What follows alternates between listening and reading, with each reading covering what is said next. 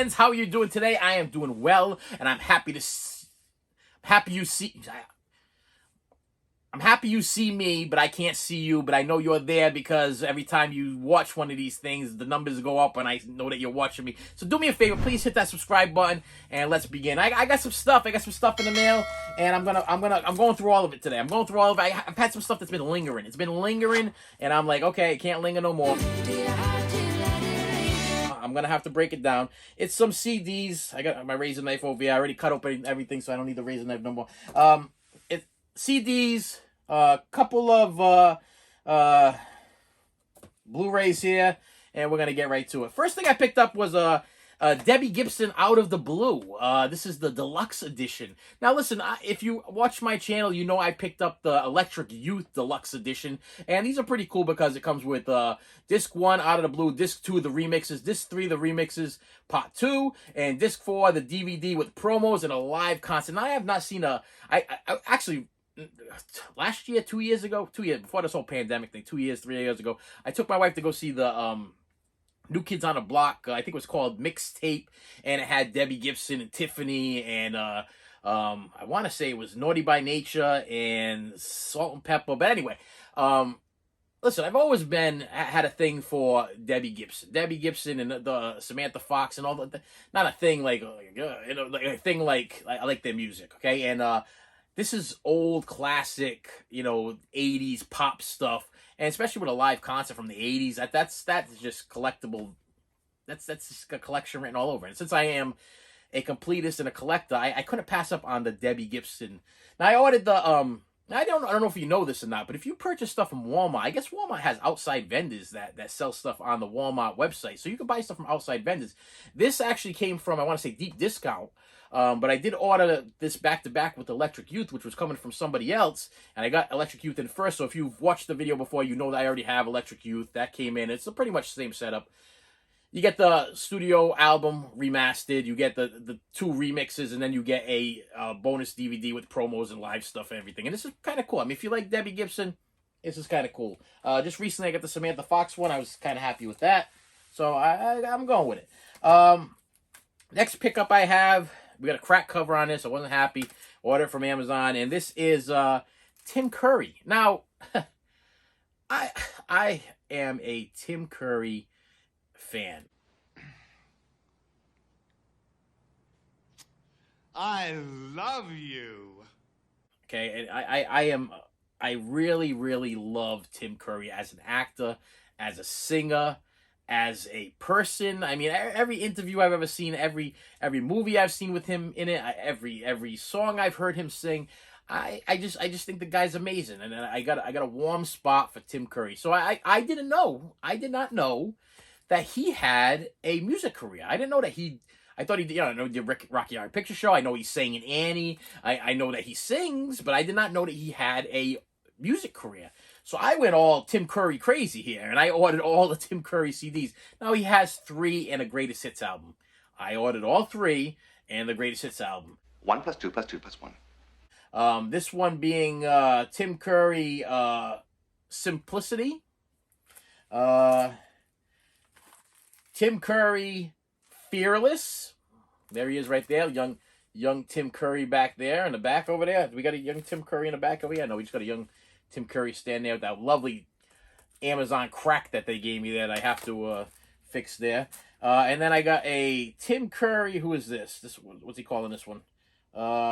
Read My Lips. I did not get the best of yet. That one is coming from Russia, believe it or not. Yes, it was just, I checked the tracking, and it just got cleared from the Russian Post. It's been cleared from, so it should be coming pretty soon. I see you shiver with anticipation. But yeah, if you didn't know, Tim Curry sings. He's got a music career. I did not know this. I did not know that Tim Curry was a musical, even has videos, so you can look them up on YouTube. I might even put a couple of them in the description below, whatever. You can check that out. And how would I describe Tim Curry singing? I mean, he's definitely got he's got that Rocky Horror Picture Show sound going on there. But I would say Rick Ocasek from the Cars, I'm putting him in around that category there. I'm thinking Jay Giles band type sound. You know what I mean? It's that type of sound, that 80s sound. Now there was one song in particular, and I'm probably not gonna be able to figure out which one it was. I want to say Paradise Garage is the name of the song. And I think that's the video that I watched. And the video's a complete cheese. I mean, we're talking 80s cheese here. But it's Tim Curry, man. And he's got a good voice. He's got a good voice. I gotta give the man the props for his voice. I mean, he's got a good voice. And he's Tim Curry. So I bought them all. I bought all three. Do bundle up. It's awfully cold outside. I bought all three. Yeah, we got media here. We got some CDs. Next one I picked up. I might as well go to this one because I'm on that Tim Curry kick. Oh yeah, the soundtrack from Annie. He is featured in this. He has one song in it. An Easy Street song starring with song by Carol Burnett and Tim Curry. Hurry!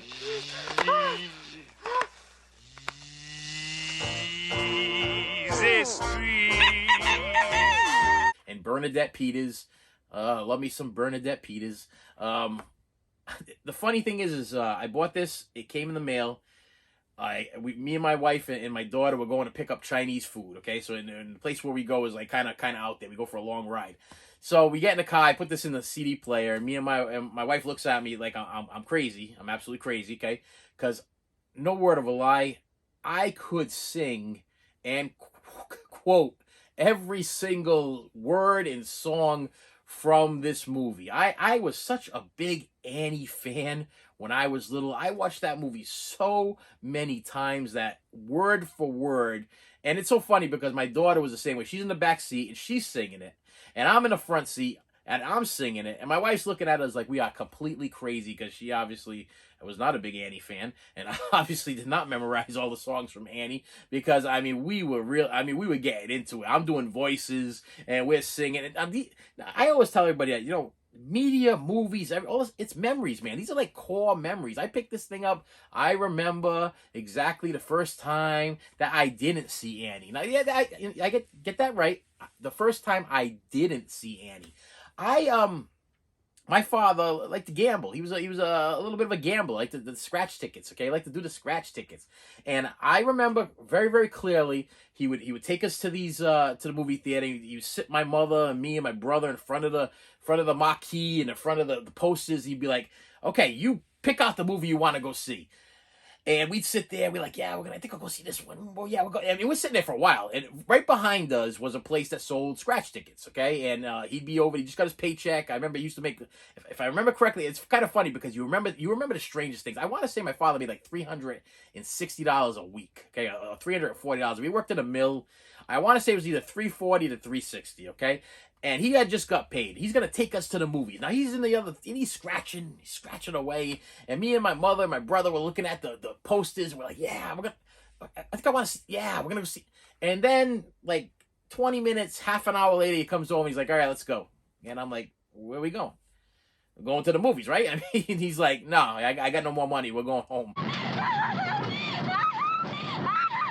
And that wasn't the first time it happened. It happened a couple times, you know what I mean? So these things are memories. So to make the story even better, now, not only did I not get to go see Annie that particular day because we left because he spent all his money, he took me another time. And he's like, okay, I'm going to take you to go see a movie. Now, anytime my father wanted to take me to go see a movie, I was like super excited. I'm like, yes, because I love movies. I'm a movie guy. I love movies. Me and my dad, we're going to spend some time. We're going to go see a movie. Yes. Because my father only had like 4 or 5 movies that he ever loved. I think it was Clockwork Orange, Goonies, Jaws, and Indiana Jones and the Temple of Doom. I want to say that those were the 4, and then a bunch of Sherlock Holmes movies from back in the day.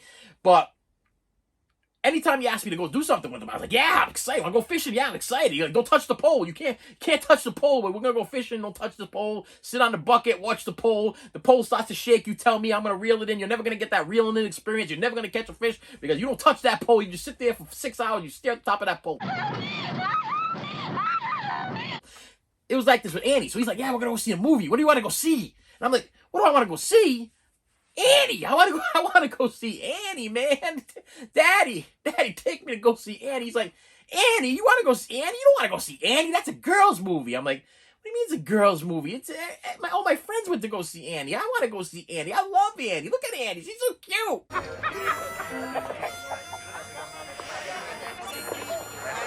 Okay, it's Annie. It's Sandy. Sandy's his name, if you please. The sun will come out tomorrow. Daddy, please take me to go see Annie. He's like, sure. Sure, I'll take you to go see Annie.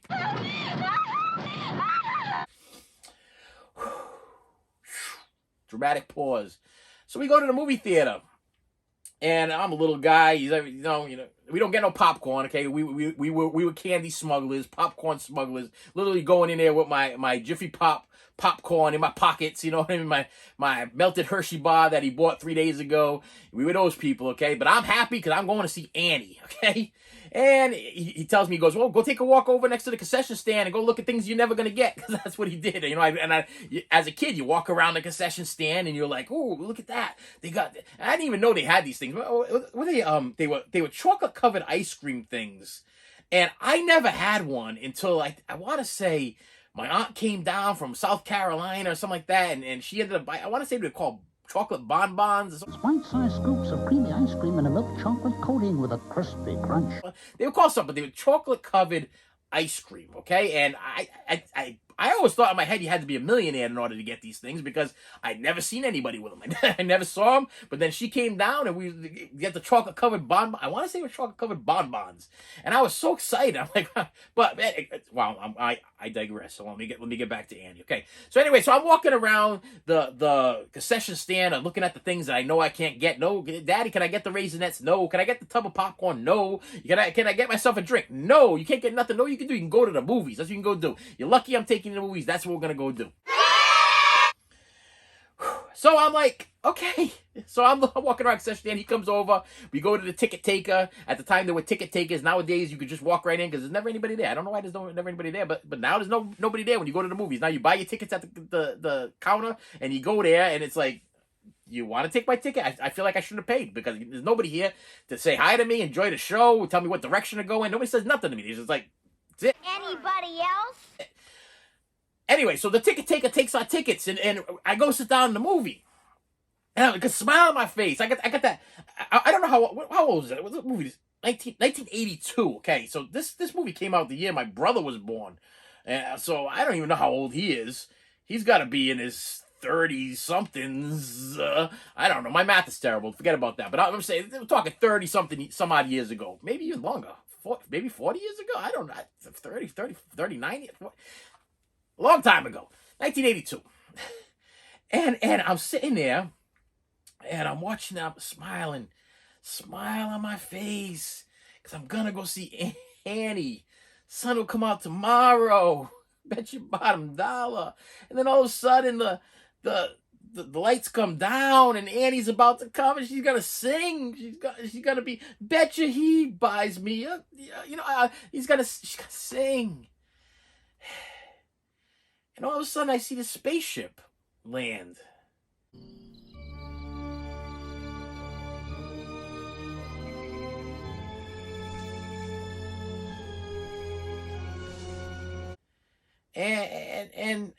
And these guys with guns, they start chasing this alien.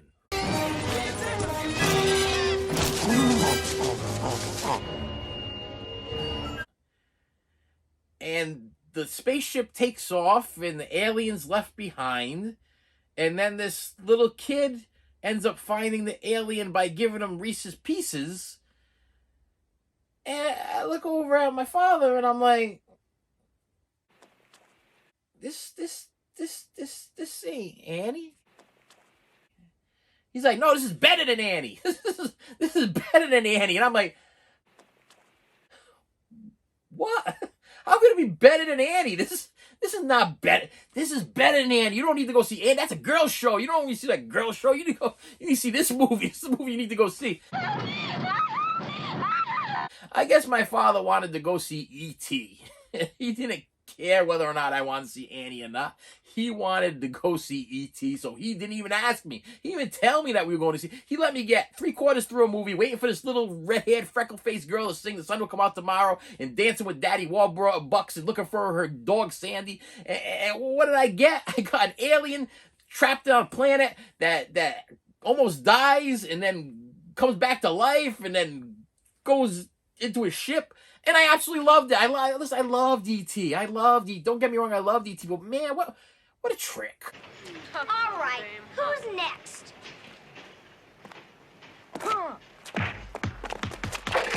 Quick as lightning. Anybody else? What a letdown. What a confusing situation. I mean, I have never done anything like that to my kids. That's craziness, okay? Who tells your kid you're gonna go see Annie and then takes them to go see an alien movie and doesn't even take into consideration how excited that the kid was to go see Annie. So that went on way too long, my friends, but I appreciate you listening to me because this, you know what? I want to bring you closer into my personal life. I want to bring you closer into my head here, and tell me if that's like if you are a psychiatrist or a social worker or somebody that works for a DSS or DCF or whatever, is that a psychological? Is that something that could could have traumatized me for the rest of my life? Is this the reason why I take medication? Is it because I was neglecting of my Annie? I'm gonna tell you, I never saw Annie in a movie theater. Never saw it. The first time I saw Annie, I believe we rented from a it wasn't even a Blockbuster Video. It was some kind of video place or whatever. When VCRs first started coming out and you had to rent the VCRs because VCRs were like $1,000, so you had to rent the VCR along with the tape from like a rent-a-center. I think it's from a rent-a-center. And that was the first time I ever got to see Annie, and I absolutely loved the movie.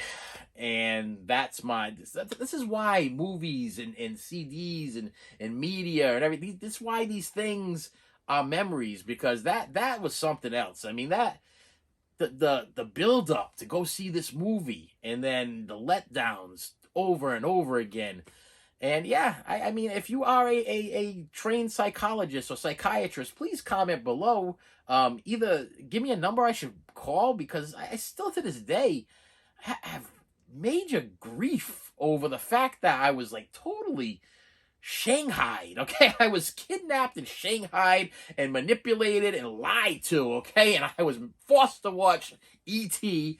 over Annie, okay? And to this day, I still can't get past the fact that happened to me. So whenever I see this, that's what I think of.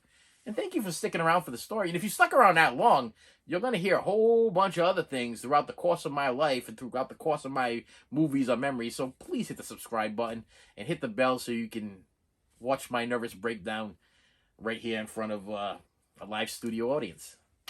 Next thing I picked up was the Lockdown Sessions. Elton John. I'm an Elton John fan. I own everything by Elton John. And this guy sent me, and I put a nice little thanks from Steve. So Steve, thank you for sending me a mint copy of this. I mean, I paid for it, of course, but thank you for taking the time to package it so it didn't get all broken like my stuff comes from Amazon.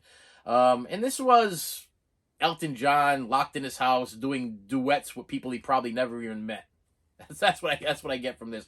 But it is Elton John, and I had to add it to my collection. Now I'm gonna go to some. I know this video's long, and I told you it was gonna be long at the beginning, and so this was probably gonna be like a Friday one if I posted or whatever. But I also picked up some DVDs, some Blu-rays, and I want to share them with you. This is the Sherlock Holmes Vault Collection. Now I thought that this was part of the Sherlock Holmes Jeremy something. I'm trying to look at the name because I can't see too it's over there and it's a little far away. But Jeremy something, he played Sherlock Holmes, and he did a series, and it kind of looks like this. It's from BBC, and I really enjoyed it. This has nothing to do with it. I pre-ordered this from Amazon, and as always, Amazon sent it in nice and smashed up. They stepped on it, they kicked it. I got loose discs. They take pride in their shipping situation here. And it's called the Vault Collection. It has 4 classic mysteries, newly remastered, including exclusive special features. And it has Sherlock Holmes' Fatal Hour, The Triumph of Sherlock Holmes, Silver Blaze, and A Study in Scarlet. Now, I am a Sherlock Holmes fan. I'm also a Sherlock Holmes fan from classic Sherlock Holmes stuff. I like the old black and white stuff. I like the new stuff. I like the stuff in the middle. I like the young Sherlock Holmes. I like the comedy spoofs of Sherlock Holmes. I just enjoy murder mystery, anything with a Sherlock Holmes title. So maybe this was a little bit of a blessing that dropped into my lap because of my own stupidity of not reading the whole synopsis of what this is. But I think it's gonna be good. It's supposed to be remastered. I believe these are like real old Sherlock Holmes movies that have never been released, or if they were released, they might have been public domain stuff and they were like all messed up. But they cleaned them up. Now, I watched some YouTubers after I got this thing in the mail. I'm like, I gotta find out what this is all about. I watched some YouTubers and they praise this set. So they're saying that this set is good. They're saying the stories are good. It's something I haven't seen yet. So this is probably worth the purchase. I think I paid like $40 for it. A little pricey for something I think I messed up on. Because what I was looking for was BBC. Because it said From the Vault. I thought maybe it was lost episodes of BBC stuff that wasn't on my whole collection there from that Jeremy. I want to say Butler. Is it Jeremy Butler? Jeremy Brett? Comment below if you know who I'm talking about. The BBC Sherlock Holmes. I thought that's what it was. I was off. I got that instead. I'm hoping it's a pleasant surprise. All right. Next thing I picked up was a Arrow video of My Stepmother Is an Alien. Have not seen this movie since Cinemax and HBO and Showtime days. I remember it being okay. I like Dan Aykroyd. I liked Kim Basinger back in Batman days, and I come to find out this one over here. This is the girl from Buffy the Vampire Slayer and from American Pie. Something starts with H. Wait a minute. Wait. Allison Hannigan. Yes. Okay. I have not seen this in years, but it is an Arrow release. It's a brand new 2K restoration, high definition presentation, original whatever 2.0 stereo. It's got some stuff, image galleries, reversible sleeve featuring original artwork, and a bunch of other stuff. So Arrow Video always does a great job, and I do collect Arrow Video stuff. So I was like, you know what? I'm gonna grab My Stepmother Is an Alien before it disappears. And my last pickup, my friends, is an upgrade from my very large DVD collection. Okay, and I have every single season of this, and I ended up buying the Andy Griffith Show on Blu-ray, released for the first time on Blu-ray. I've heard nothing but good things about this set. Some people complain about the packaging. They're not happy because the thing is not centered. They're having a problem with the uncentered Andy Griffith Show logo thing over there. But I saw comparison videos. I watched should you upgrade? Should you go from DVD to Blu-ray? Is it really worth it? Now let's get this clear. This is a black and white film. Then it goes to color eventually. But this is a classic. This is a classic. I am still on the fence with I Dream of Jeannie. I am gonna buy it. I'm gonna buy it. I'll probably buy it this week. I'll probably get up as soon as I'm done. I'm gonna go buy it. I'm just gonna buy it because I want it and I've been waiting to get it. And I was not a big Andy Griffith fan growing up. My father used to force me to watch this stuff. It was one of those things, when you're younger, your parents force you to watch things, and you're like, I hate it. I hate it. I don't want to watch it. I don't know why you're making me watch it. And then you grow up and you understand the humor, you understand the stories, and then you realize what a great show it actually was. I felt the same way with MASH. MASH was another thing. I absolutely hated MASH. But I hated MASH for a weird reason. I hated MASH because my father was supposed to pick me up from school one day, and he was watching MASH, and he decided that it wasn't a good idea to pick me up from school. I was like 5 years old, and I ended up running up the street in a thunderstorm, screaming my head off, thinking I'm going to be struck by lightning, okay, because he was at home watching MASH. That's why I hated MASH. It wasn't because of the show. It was because, wow, MASH is more important than me. That was one of those things. And Andy Griffith Show was not too far behind MASH, okay? I would say if MASH and the Andy Griffith Show was playing back-to-back and my father was going to be called to flip the switch off on the electric chair or I was going to die, he would be like, can I wait for a commercial break? I mean, I'm pretty sure that's where we were at with MASH and the Andy Griffith Show. Just a sick world we're living in. Sick people. But throughout the years, I've learned to appreciate the Andy Griffith Show. And from everything I've seen so far on YouTube, from all the reviews, this was worth upgrading. It's going to take up a lot less space on my shelf. Of course, now I have all the DVDs. Am I going to get rid of the DVDs? Of course not.